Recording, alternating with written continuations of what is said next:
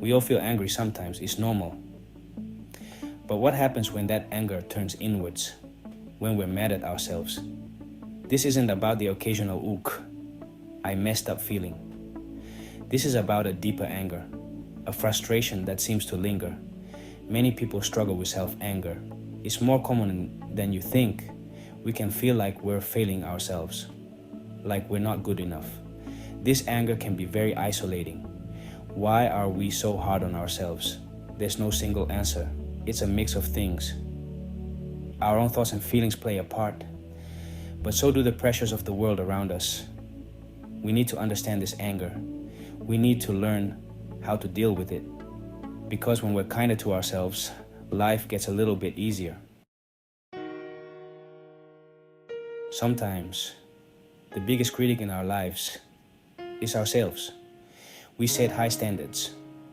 We want to do well in everything. But life is messy. Things don't always go to plan. When we don't meet our own expectations, it can hurt. We might feel like we failed. We might get angry at ourselves for not being better, smarter, or stronger. This internal pressure can be overwhelming. We can also internalize criticism from others. Maybe a parent, teacher, or boss was very critical. We start to see ourselves through their negative lens. Their words become our own inner voice. This negative self-talk can be very damaging. It eats away at our self-esteem. It fuels that fire of self-anger. We need to learn to quiet that inner critic. We need to be kinder to ourselves. It's not all in our heads though. Society plays a big role in our self-perception. We live in a culture that values achievement. We're constantly bombarded with messages about success. We're told to strive for more, be more, do more. This creates immense pressure. We start to compare ourselves to others. We feel inadequate if we're not meeting these unrealistic standards. This can lead to intense feelings of self-anger and frustration. The media often portrays an idealized version of reality. We see perfect bodies, perfect lives, perfect everything. It's easy to forget that this is all carefully curated. It's not a true reflection of real life. We need to be mindful of these external pressures. It's important to remember that everyone is different. We all have our own strengths and weaknesses. There is no one-size-fits-all definition of success. Section 4. The social media maze. Comparing and despairing. And then there's social media. Don't get me wrong, it has its uses.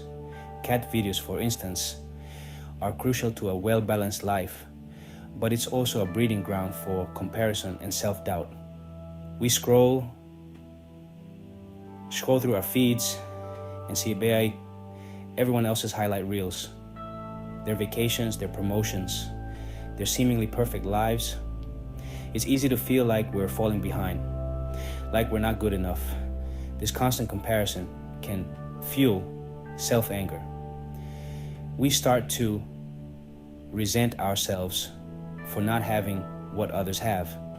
We forget that social media is just a snapshot. It doesn't show the full picture. We need to be mindful of our social media consumption. It's important to take breaks from it, to focus on our own lives and our own goals, and to remember that everyone is fighting their own battles, even if they don't post about it. Section 5. Taming the inner critic. Mindfulness and self-compassion. So, how do we deal with this self-anger?